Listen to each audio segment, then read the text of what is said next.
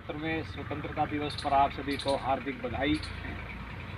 हम 73 साल स्वतंत्रता के मना चुके हैं और आज हम अपना 74वां स्वतंत्रता दिवस मना रहे हैं। हम सौभाग्यशाली हैं कि हमने आज़ाद देश में जन्म लिया, लेकिन हमारी खुशी से ज़्यादा खुशी उस समय रही होगी जब लोगों ने स्ट्रगल किया और पहली बार आज़ादी का उत्सव मनाया। उस समय किसी कवि ने लिखा, सपने सत्य नहीं होते, सपने सत्य नहीं होते, पर सपना सत्य हमारा, मुक्त हुए 40 कोटि जन, छोड़ विदेशी कारा। यानी उस समय 40 करोड़ लोग थे जो आज़ाद हुए और गुलामी को जिन्होंने छोड़ा, उनके संघर्ष ने हमें आज़ादी दिलाई। आज हमारे देश की जनसंख्या करीबन 140 करोड़ है और हमने दुनिया में अपना नाम भी स्थापित किया है। लेकिन उस समय लोगों ने अपनी जान भी दी, अपना जो भी सहयोग हो सकता था स्वतंत्रता में वो दिया। उन सभी शहीदों को आज नमन करने का भी दिन है। तो मैं ये कहूँगा, शहीदों की चिताओं पर लगेंगे हर बरस मेले, वतन पर मिटने वालों का बाकी यही निशा होगा। उन सभी शहीदों के कारण, उन सभी सेक्रीफाइसेस के कारण, उनके त्याग के कारण आज हम स्वतंत्र जीवन जी रहे हैं। लेकिन स्वतंत्रता को मेंटेन करने के लिए हमें फिर सेक्रीफाइस करने की ज़रूरत है, फिर काम करने की ज़रूरत है, अदरवाइज़ हम दोबारा गुलाम हो सकते हैं। प्रिय साथियों, अगर मैं पुराने समय से आपको याद दिलाऊं तो सबसे पहले भारत पर विदेशियों ने जो आक्रमण किया, उसमें सबसे बड़ा आक्रमण सिकंदर का माना जाता है, जिसे पोरस ने चाणक्य की सीख लेकर बाहर भगाया। उसके बाद चंद्रगुप्त मौर्य ने देश को अखंड भारत में कन्वर्ट करने की कोशिश की और उनके पौत्र अशोक ने इसे काफ़ी हद तक हासिल किया। परंतु इसके बाद भी मुग़लों ने हमारे देश पर सैकड़ों वर्षों तक राज किया और उसके बाद ब्रिटिशर्स ने हमारे देश पर राज किया और उन्हीं से हमने 15 अगस्त 1947 को देश को आज़ाद कराया।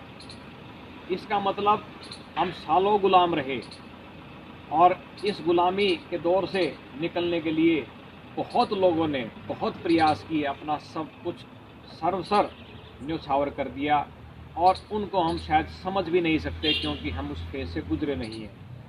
कुछ अगर थोड़ी बहुत समझ हम आज रखें तो हम अपने कोरोना काल के पीरियड को उससे कंपेयर कर सकते हैं, किस तरह हम घर में कैद रहे और रिसोर्सेज की कमी में भी हमने अपने जीवन को पूरा किया या लिमिटेड साधनों के साथ हमने अपने जीवन को जिया।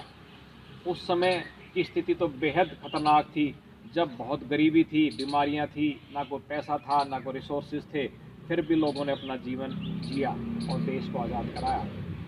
देश आज़ाद होने के बाद भी ऐसा नहीं है कि सेक्रीफाइस कम हो गए हों। जब देश का पार्टीशन हुआ, हिंदुस्तान पाकिस्तान अलग हुए, उस समय भी लाखों लोगों ने अपनी जान दी ट्रांसफ़र के दौरान और फिर उन्होंने सफ़र किया। जो पाकिस्तान से आए उन्होंने बेचारों ने दोबारा जीरो से शुरू किया और जो हिंदुस्तान से पाकिस्तान गए उन्होंने भी ऐसे ही जीरो से अपने काम को शुरू किया और आज उनकी जो औलाद है वो शायद आज़ादी का सुख भोग रही है।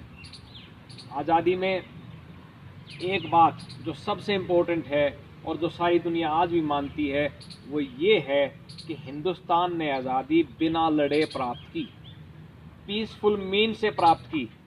ना तो बंदूक चलाई, ना तोप के गोले चलाए, ना किसी को थप्पड़ मारा और उन्होंने फिर भी आज़ादी प्राप्त कर ली। इसलिए हिंदुस्तान की आज़ादी सभी के लिए मेमोरेबल भी है और एग्जाम्पलरी भी है। इस देश के हर नागरिक ने मिलकर आज़ादी प्राप्त की। ना तो उसने अपना धर्म देखा, ना उसने अपनी जाति देखी, ना उसने अपना रंग देखा और सब ने मिलकर प्रयास किया, इसलिए देश आज़ाद हुआ। और इसके अलावा जो सोच थी वो सब ने ये बना ली थी कि हम कुछ भी हो जाए, हम स्वावलंबी बनेंगे, सेल्फ रिलायंट बनेंगे और जो चीज़ हम खुद प्रोड्यूस करेंगे हम उसी का प्रयोग करेंगे और विदेशी चीज़ों का हम बहिष्कार करेंगे।